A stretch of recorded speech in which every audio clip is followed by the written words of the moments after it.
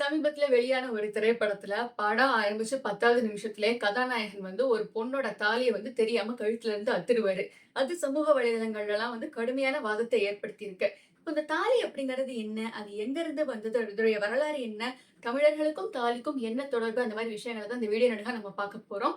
இந்த புத்தகம் இலவசமா கிடைக்கக்கூடிய ஒரு தமிழ் புத்தகம் தான். நம்ம சேனல்ல நம்ம இதுக்கு முன்னாடி இலவசமா தமிழ் புத்தகங்கள் கிடைக்கக்கூடிய 5 வெப்சைட்ஸ் பத்தி நம்ம பேசியிருக்கோம். புத்தகங்கள ஆன்லைன்லயே பார்த்து என்ன ஃபார்மேட் வேணுமோ பிடிஎஃப்பா, இபுப்பா என்ன வேணுமோ அந்த ஃபார்மேட்ல நம்ம பதிவிறக்கம் பண்ணிக்கலாம். அதுல என்னென்ன வெப்சைட்ஸ்ல இருக்குன்னு சொல்லியிருக்கேன். அந்த வெப்சைட்ஸ்ல ஒண்ணுல தான் இந்த புத்தகமும் இருக்கு.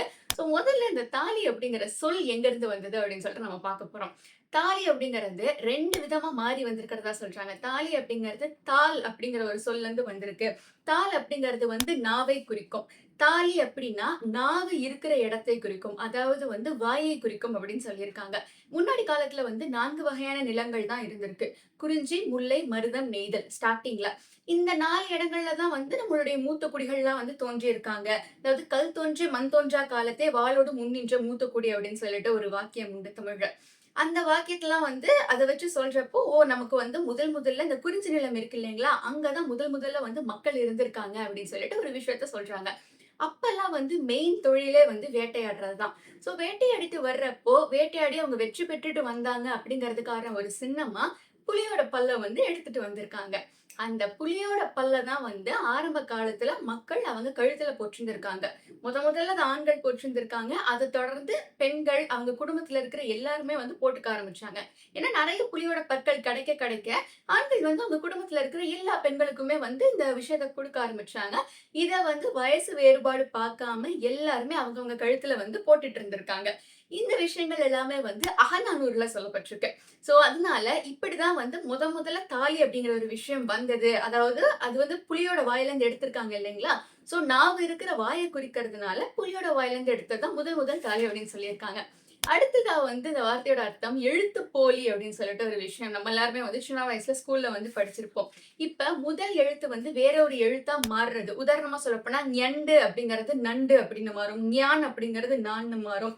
என்ன விஷயம்னா, இந்த வார்த்தைகள் முதல் எழுத்துக்கள் மாறி இருந்தாலுமே 2 வார்த்தைகள நீங்க எப்படி ப்ரொனவுன்ஸ் பண்ணீங்கன்னாலும் அர்த்தம் ஒண்ணா தான் வரும்.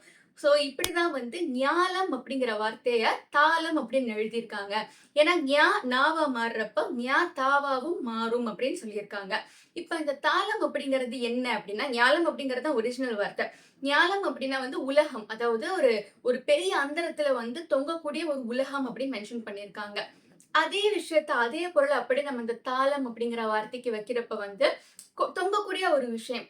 தொங்கக்கூடிய ஒரு ஆபரணம். எங்க தொங்க விட முடியும் ஒரு ஆபரணத்த? கழுத்துல தான் தொங்க விட முடியும். இப்படிதான் அந்த ஞாலம், தாளம், தாலி அப்படிங்கிற ஒரு விஷயம் வந்ததா சொல்லியிருக்காங்க. இந்த விஷயங்கள்லாம் எங்க சொல்லியிருக்காங்கன்னா, திருவிளையாடல், அரிச்சந்திர புராணம் அந்த மாரி புத்தகத்துல சொல்லியிருக்காங்க. இப்ப நம்ம சங்க காலத்துல இருந்து ஆரம்பிச்சு இடைக்காலம், சமகாலம் வரைக்கும் தாலி எப்படி எப்படியெல்லாம் மாடிஃபை ஆயிருக்கு அப்படின்னு சொல்லிட்டு பார்க்க போறோம். பெரும்பாலும் உலக புகழ்பெற்ற தமிழ் இலக்கியங்கள் எல்லாம் அந்த தாலி அப்படிங்கிற விஷயம் மென்ஷன் ஆயிருக்கு. ஆனா அது என்ன அர்த்தத்துல மென்ஷன் ஆயிருக்கு? அதோடைய ஒரிஜினல் அர்த்தம் என்ன? அது என்ன மாதிரி கான்டெக்ஸ்ட்ல யூஸ் பண்ணப்பட்டிருக்கு அப்படிங்கறதெல்லாம் இந்த புத்தகம் நெடுகிலுமே சொல்லியிருப்பாங்க. முதல்ல சங்க காலம். இந்த சங்க காலத்துல தான் முதல்ல கல்யாணம் சிம்பிளா எப்படி நடக்க ஆரம்பிச்சு அப்படிங்கறதுல ஆரம்பிச்சு, கல்யாணத்துக்குள்ள மெல்ல நெருப்பு எப்படி வந்தது?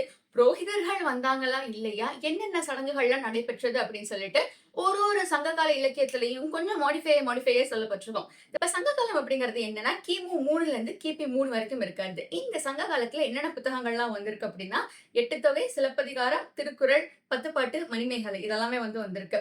முதல்ல இப்ப நம்ம அகநானூறுல இருந்து ஸ்டார்ட் பண்ணுவோமே. அகநானூறுல இந்த கல்யாணம் அப்படிங்கிற ஒரு விஷயத்த பத்தி சொல்லியிருக்காங்க.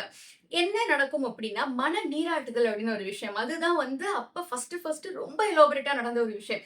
கல்யாணம் நடக்க போகுது அப்படின்னாலே எல்லாருமே சேர்ந்து சந்தோஷமா சிரிச்சுக்கிட்டே கிண்டல் அடிச்சுட்டு, நக்கல் அடிச்சுட்டு அவங்கள மன நீராட்டுதல் 3 சொல்லினேன். மன நீராட்டுதல் அப்படிங்கிற ஒரு விஷயத்த தான் சொல்லியிருக்காங்க. நீராட்டினதுக்கு அப்புறமா பயங்கரமா அவங்கள அலங்காரம் பண்ணி வைப்பாங்க. நகை என்னென்ன இருக்கோ எல்லா நகைகளையும் போட்டு. இப்ப அவங்கள அலங்காரம் பண்ணி கூட்டிக்கு வர்றப்ப இசை இருக்கும். இசைய தொடர்ந்து நல்லபடியா விருந்து நடக்கும். ஆக இந்த கல்யாணத்துல நெருப்பு கிடையாது, புரோகிதர்கள் கிடையாது. 2 பேர் நேரா வர்றாங்க. அவங்க திருமண பந்தத்துல இணைஞ்சுட்டாங்க அப்படிங்கிற ஒரு விஷயம் தான் சொல்லப்பட்டிருக்கு. அதாவது திருமணம் அப்படிங்கிற ஒரு விஷயம் வந்து ஒரு சின்ன பார்ட் ஆகும். ஒரு 10% வச்சுப்போமே. மிச்சம் 80% வந்து அவங்க எப்படி எப்படிலாம் அவங்க இதுக்கு ரெடி ஆனாங்க அப்படிங்கிறத சொல்ற மாரி சொல்லியிருக்காங்க. ஸோ இதுதான் வந்து ஆரம்ப காலத்துல முதல்ல சொல்லப்பட்ட விஷயம். இத தொடர்ந்து வந்து நமக்கு தெரிஞ்ச சிலப்பதிகாரத்துல வந்து கண்ணகி, மாதவி 2 கேரக்டர்ஸுமே நமக்கு தெரியும். 2 கேரக்டர்ஸுக்குமே வந்து இந்த தாலி அப்படிங்கிற விஷயம் சம்மந்தப்பட்டிருக்கு. எப்படின்னா, இப்ப வந்து கண்ணகி, கோவலன் கல்யாணம் நடக்குது இல்லைங்களா? அப்ப எப்படி சொல்லியிருப்பாங்கன்னா, 2 பேருமே வந்து ஒருத்தர் கைத்தலம் பற்றி, அதாவது ஒருத்தர் கைய புடிச்சுக்கிட்டு நெருப்ப சுத்தி வந்ததா சொல்லுவாங்க.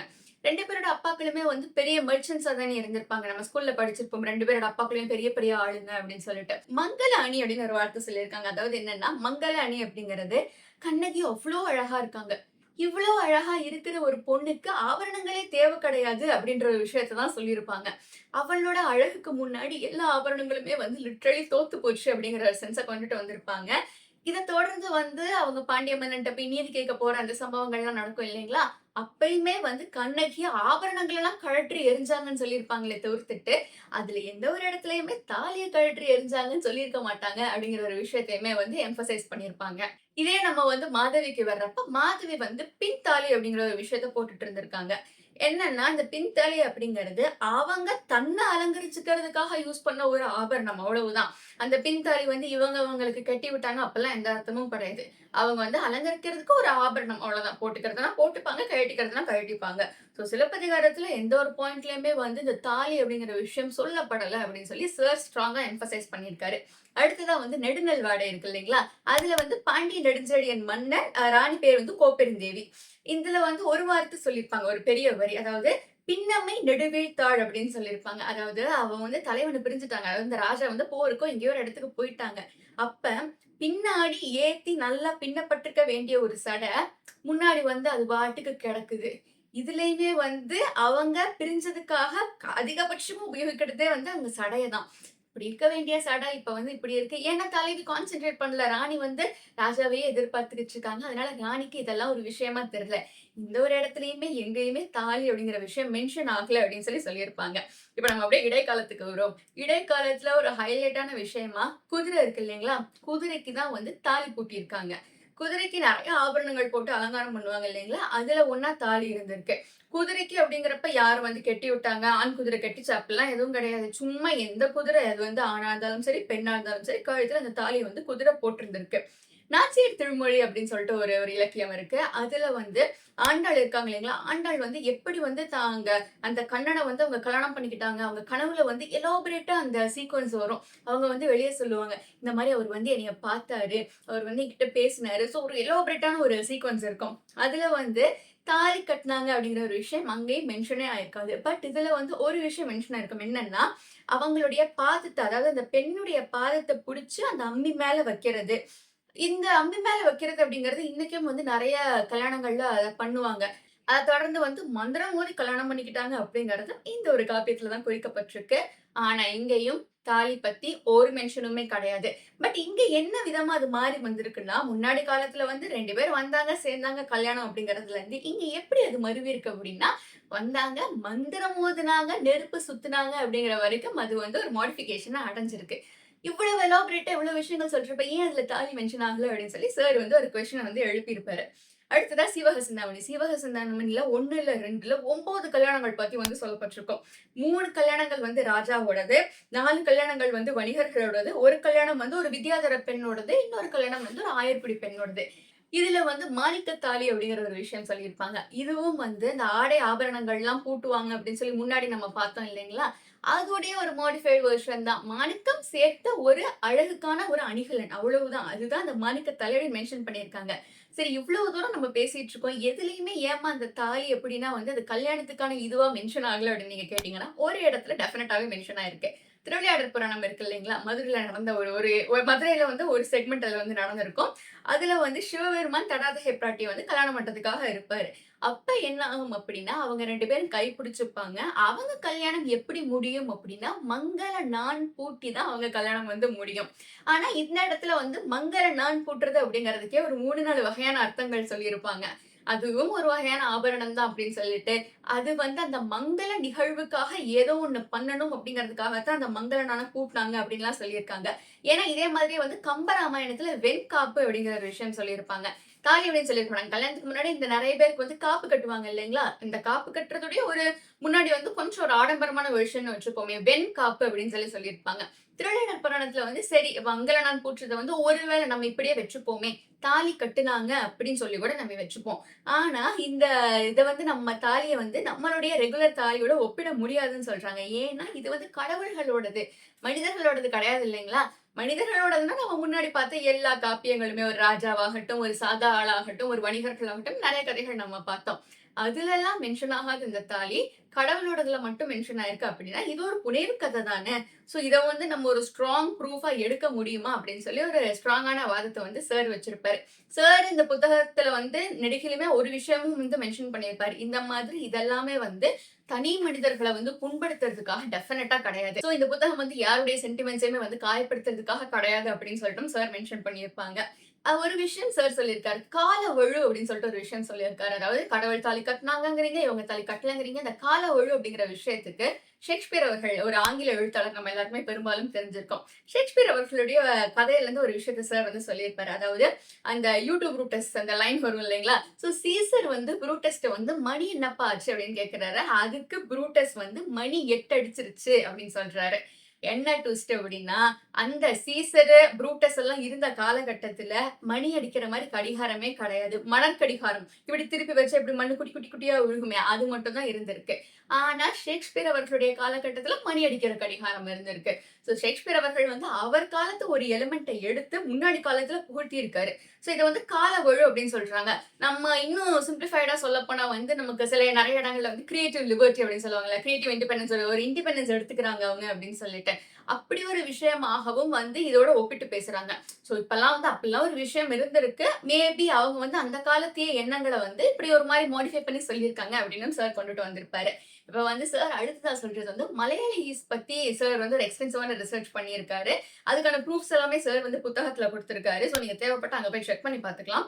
என்ன சொல்லியிருப்பாங்க அப்படின்னா, இந்த ஒரு குறிப்பிட்ட சமூகத்துல வந்து அதுல அப்பா, அம்மாவே வந்து பெண்ணுக்கு தாலி கட்டுற மாரி சடங்கெல்லாம் இருந்திருக்கு. பெண் வந்து ஒரு ஒரு 3, 4 வயசு சொல்லியிருப்பாங்க. ஒரு குறிப்பிட்ட அகவை, அதாவது ஒரு குறிப்பிட்ட வயது எட்டுனதுக்கு அப்புறமா, அப்பா, அம்மாவே அந்த பொண்ணுக்கு வந்து தாலி கட்டுவாங்க. இத தொடர்ந்து வந்து அதாவது அது வந்து ஒரு சாதாரண சடங்கு தான். மாமா தாலி கட்டிக்கிட்டாங்க. அதுக்கப்புறமா அந்த நிஜ கணவன் வர்றப்ப வந்து, அவங்க வந்து புடவ குடுப்பாங்க. ஏன்னா, அவங்களுடைய கல்யாணங்கள்ல வந்து இந்த புடவ குடுக்குறது தான் ரொம்ப ஒரு பெரிய விஷயம். தாலி கட்டுறது கூட அவங்களுக்கு அவ்ளோ பெரிய விஷயம் கிடையாது அப்படின்னு சொல்லி சார் சொல்லியிருப்பாரு. நெறைய இடங்கள்ல வந்து ஒரு குறிப்பிட்ட வயசானதுக்கு அப்புறம் இன்னொரு பையன வச்சு தாலி கட்ட சொல்லுவாங்க. பட் அந்த பையனே அதுக்கப்புறமா வந்து அத அத அறுத்தும் எடுத்துட்டு போயிடலாம். அது ஒரு நூல் மாரி இருக்கும். அந்த பையனே அத அறுத்தும் எடுத்துட்டு போயிரலாம். ஆனா இத வந்து ஏன் பண்ணாங்க அப்படிங்கிறதுக்கான ப்ரூஃப் கிடையாது அப்படின்னு சொல்லி சார் சொல்லியிருக்காரு. இன்னொரு பாயிண்ட் இதெல்லாமே வந்து அந்த காலத்துல சொல்லப்பட்ட விஷயங்கள் தான். அதுதான் சார் எடுத்து எழுதியிருக்காரு. சாரே வந்து இதுக்கான காரணங்கள் வந்து இன்றளவும் தெரியலன்னு சொல்லியிருக்காரு. சோ உங்க யாருக்காச்சும் தெரிஞ்சுச்சு அப்படின்னா கமெண்ட்ல சொல்லுங்க.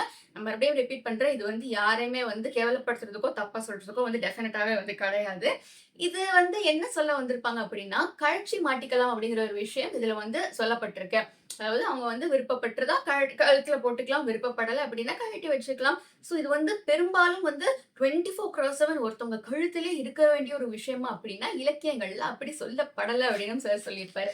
இதுதான் வந்து புத்தகத்துடைய 3வது பகுதி. அதாவது 4 பகுதிகளா சொல்லப்பட்டிருக்கும். சங்ககால இலக்கியத்த பத்தி ஒரு 2 யூனிட் இருக்கும். இடைக்காலத்த பத்தி ஒரு 2 யூனிட் இருக்கும். அதுக்கப்புறம் வந்து இந்த மலையாளிஸ் பத்தி 1 யூனிட்டும், ஃபைனலா தான் வந்து அந்த வார்த்தைக்கான அர்த்தம் என்ன அப்படிங்கிறதெல்லாம் சொல்லியிருப்பாரு. நான் வந்து அத கொஞ்சமா வந்து ட்வீக் பண்ணி சொல்லியிருக்கேன். முதல்ல தாலியோட அர்த்தத்துல இருந்து ஆரம்பிச்சு நம்ம வந்து அப்படி வந்திருக்கோம். பட் இன்றைய காலகட்டத்துல வந்து நம்மள சுத்தி பார்க்கிறப்ப, ஒரு ஒரு குறிப்பிட்ட காஸ்ட்ட சேர்ந்தவங்க, ஒரு ஒரு ரிலிஜியன சேர்ந்தவங்க, ஒரு சிலர் ஒரு மாரி தாலி போடுவாங்க. இன்னொரு சிலர் வேற மாரி தாலி போடுவாங்க. அதுல வந்து ஏகப்பட்ட வகைகள் வந்து வந்துருச்சு இன்னைக்கு. ஆனா சார் ஸ்ட்ராங்கா நம்புற ஒரு விஷயம் வந்து, அந்த புலியோட பல்லுல இருந்து தான் எல்லா விஷயங்களுமே ஆரம்பிச்சிருக்கு அப்படின்னு சொல்லியிருப்பாரு. நான் வந்து தோப்பசி சாரோட அறியப்படாத தமிழகம் பத்தி நம்ம சேனல்ல வந்து நான் பேசியிருக்கேன். அதுல வந்து ஐம்படை தாலி அப்படின்ற ஒரு விஷயம் சொல்லியிருப்பாங்க. சோ அந்த வீடியோக்கான லிங்க் வந்து நான் கீழ குடுத்துடுறேன். அந்த புத்தகமே வந்து ரொம்ப ஒரு அமேசிங்கான புத்தகம். அதுலயும் வந்து தமிழர்களுடைய இந்த திருமணம் எப்படி நடந்தது? என்னென்ன சடங்குகள்லாம் இருந்தது? அப்படிங்கிற மாரி விஷயங்கள பத்தி ரொம்ப அழகா சார் வந்து ரொம்ப ஆழ்ந்து ரிசர்ச் பண்ணி சொல்லியிருப்பாரு. அதுல எல்லாத்துக்குமே வந்து ப்ரூஃப்ஸும் இருக்கும். ஸோ அதுல வந்து இந்த ஐம்படை தாலி அப்படிங்கிற ஒரு விஷயம் அந்த காலத்துல சிறுவர்கள், சிறுமிகள் கட்டிக்கிட்ட ஒரு தாலி அப்படின்னு சொல்லி சார் வந்து சொல்லியிருப்பாரு. ஸோ உங்களுக்கு தேவைப்படுதுன்னா அத நீங்க டெஃபினட்டா செக் பண்ணி பார்த்துக்கோங்க. ஏன்னா இதோடைய ஒரு நீட்சியா தான் வந்து அந்த ஒரு விஷயமும் இருக்கும். ஸோ இதுதான் வந்து தாலிய பத்தி இந்த புத்தகம் நெடுகிலும் சொல்லப்பட்ட நெறைய விஷயங்கள். இந்த புத்தகம் தான் வந்து தாலிய பத்தி தமிழ்ல எக்ஸ்டென்சிவா பேசுற ஒரே புத்தகம். இந்த அளவுக்கு வந்து ப்ரூஃப்ஸோட இருக்கிற புத்தகங்கள் வந்து வெளிய கம்மி தான். ஸோ நீங்க என்ன நினைக்கிறீங்க இத பத்தின்னு சொல்லுங்க. நீங்க வந்து அத ஒரு சடங்கு சம்பிரதாயமா கன்சிடர் பண்றீங்களா? இல்ல அது வந்து நிஜமாவே அதுக்கும் அந்த கூட இருக்கிறவங்களுடைய உயிருக்கும் வந்து தொடர்பு இருக்கு அப்படின்னு நீங்க நினைக்கிறீங்களா? அப்படின்னும் சொல்லுங்க. உங்களுக்கு இந்த ஆன் த ஹோல் விஷயத்த பத்தி அபிப்பிராயம் என்னன்னு சொல்லுங்க. அண்ட் உங்களுக்கு இந்த வீடியோ பிடிச்சிருந்ததுன்னா லைக் பண்ணுங்க, ஷேர் பண்ணுங்க, கமெண்ட் பண்ணுங்க, சப்ஸ்கிரைப் பண்ணிக்கோங்க. And I am active on Instagram also. நீங்க அங்கேயும் வந்து ஃபாலோ பண்ணிக்கலாம்.